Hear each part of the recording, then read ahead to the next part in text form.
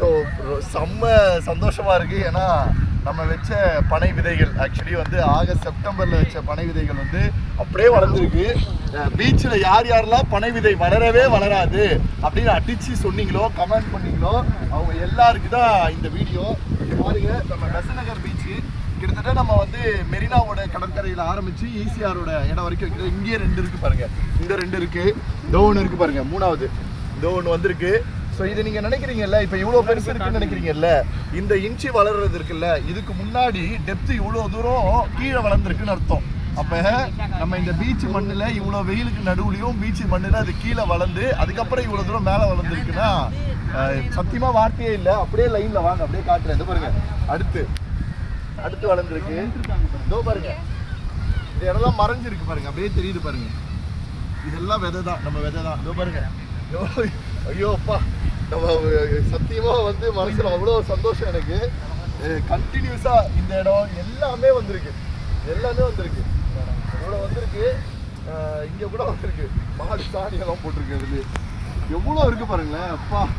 Actually வந்து நம்ம இந்த இடமும் வச்சுருந்தோம், இந்த இடத்துல வளரல. ஏன் அப்படின்னா இந்த இடத்த க்ளீன் பண்ணுறாங்க, மண் அந்த ரோடு இது மாதிரி வச்சு க்ளீன் பண்ணுறதுனால இங்கே வரல.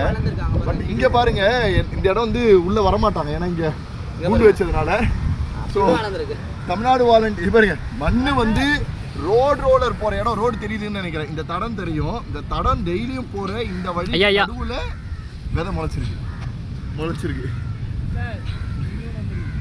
அது அந்த சைடு இருக்குதுடா. ஆனால் இது வந்து அதிகமாக அந்த ரோடுங்க போகிற இடத்துலையே நடந்திருக்குன்னா இதாங்க பனை விதையோட சிறப்பு. தமிழ்நாட்டின் மாநில மரமான பனை.